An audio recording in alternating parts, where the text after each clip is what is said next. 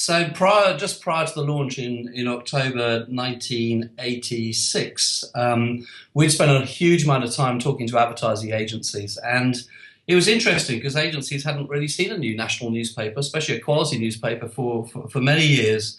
And the reception we had from both the advertising agency community and also from the advertising clients was sort of a slight mystery, really, as to what we were going to do. Um, the launch itself was, as I remember, sort of very frantic and also terribly exciting. And I think what was interesting in those days and also in the days afterwards is that traditionally in Fleet Street, advertising and editorial, there could have been a brick wall between the two organisations. And I used to work for the Mirror, as I said, and in those days there was a pub just under our building called the Stab. And it literally was, as in Stab in the Back, there was two sections, one for editorial, one for advertising, and never would we talk, it seemed. But the reality of the Independent was very different, and I think it was different because we were a smallish team. I'm trying to remember, probably 200, 250 people at launch.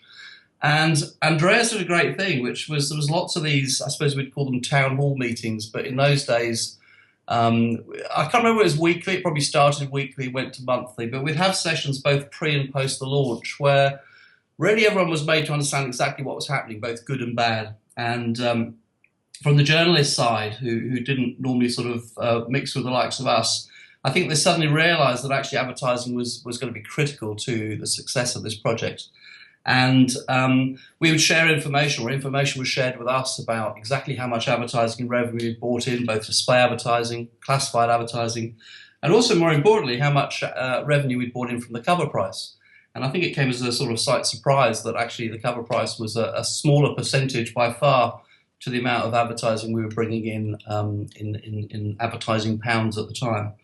Those meetings were great. I seem to remember, I can't remember how long it was after launch, but those meetings suddenly started to slow up.